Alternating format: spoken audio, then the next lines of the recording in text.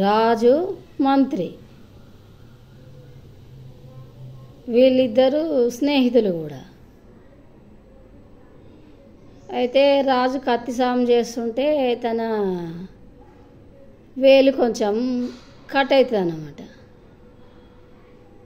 Cut అయితే ఇక రాజు మంత్రితో చెప్తాడు, ఇట్లా నా ఏలు కట్ అయిందని. ఏలు కట్ అయిందని చెప్తే అయ్యో పాపం అనాలి, ఎట్లా అయింది అనాలి, అయ్యో రాజా గట్ల ఎట్లా అయింది అని బాధపడాలి, చింతించాలి. ఈ మంత్రి ఏం చేస్తాడు, అంత మన మంచికి అంటాడు. అంత మన మంచికి అనగానే ఈ రాజుకు విపరీతమైన కోపం వస్తుంది. ఏళ్ళదేగి నేనుంటే బాధపడుకుంటా, నువ్వు అంత మన మంచికి అంటావు, ఏళ్ళదేవుడు ఎట్లా మంచిది అవుతుంది అని ఇక రాజుకు బాగా కోపం వస్తుంది. ఇక బాగా కోపం వచ్చి ఇక బందికాన్లు వేసేస్తాడు. బందికాన్లు వేసేసిన తర్వాత కొంతకాలం గడుస్తుంది.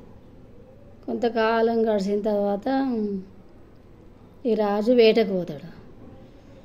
ఈ రాజు వేటకు పోతే అక్కడ గుర్రము వెళ్ళిపోతుంది. ఇక గుర్రం వెళ్ళిపోతుంది, రాజు కూడా అడవిలో తప్పిపోతాడు. తప్పిపోతే కోయళ్ళు పండుగ చేసుకుంటుంటారు అన్నమాట.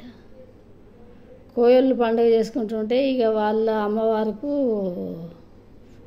బలి ఇవ్వాలని వాళ్ళు అడవంతా తిరుగుతుంటారు. ఏం దొరుకుతుంది అమ్మవారికి బలి ఇవ్వడానికి అనేసి వాళ్ళు తిరుగుతుంటారు అడవంతా. ఇక అడవంతా తిరుగుతుంటే ఆ అడవిలో ఈ రాజు కనిపిస్తాడు. రాజు కనిపిస్తే ఇక ఆ రాజుని తీసుకొని పోతారు బలి ఇవ్వడానికి వాళ్ళ కులదేవతకు. తీసుకుపోగానే ఇక అక్కడ మంచిగా ఆయనకు మంగళ స్నానాలు ఇట్లా అన్నీ చేపిస్తుంటే అప్పుడు వాళ్ళకు అమ్మవారికి బలి ఇవ్వడానికి స్నానం చేపిస్తారన్నమాట. స్నానం చేపిస్తుంటే ఈ కట్ అయిన ఏలు కనిపిస్తుంది. అరే అమ్మవారికి ఇట్లా కట్ అయిన ఏలు కట్ అయిన మనిషిని బలి ఇవ్వద్దు అనేసి, ఇట్లా అమ్మవారు నన్ను నచ్చదు, మంచి ఉన్నోళ్ళనే ఇవ్వాలన్నమాట అమ్మవారికి బలి.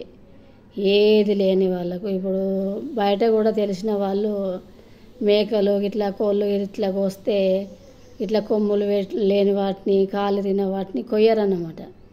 అన్ని రకాలుగా మంచిగా ఉన్నాయే కోస్తారు అమ్మవారికి కూడా తెలిసిన వాళ్ళు.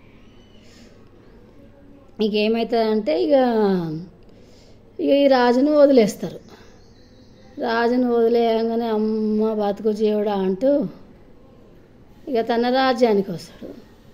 తన రాజ్యానికి వచ్చిన తర్వాత ఇక మంత్రి అంతా మన మంచికే అన్నాడు కదా. అరే ఆనాడు అంత మన మంచికే అంటే నేను కోపం తెచ్చుకున్నా, అదే ఆడ ఈ మంత్రి అన్నది ఇందుకోసమేమో అనుకొని ఇక తనను చెరసాల నుండి ఇడిపిస్తాడు. చెరసాల నుండి ఇడిపించినాక ఇక ఇక వీళ్ళిద్దరూ ఇక మళ్ళా ఇక అనుకుంటారు, ఇక సారీ చెప్తాడు, ఇక నేను అట్లా నాకు అర్థం కాకుండా అట్లా చేసిన, ఇక నన్ను క్షమించు అని మంత్రికి ఇక క్షమాపణ చెప్తాడనమాట. క్షమాపణ చెప్తుంటే మళ్ళా ఏం చేస్తాడు, ఇక ఈయనకి ఇదే అలవాటు కదా, ఇక అలవాట్ల పొరపాటుగా మళ్ళీ ఏం చేస్తాడు, మళ్ళా అంతా మనం మంచిగా అంటాడు నీ అని ఇక కోపం తెచ్చుకొని ఇక సపరేట్గా ఉంటాడు రాజు.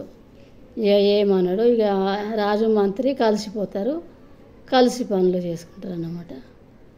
Thank you for watching.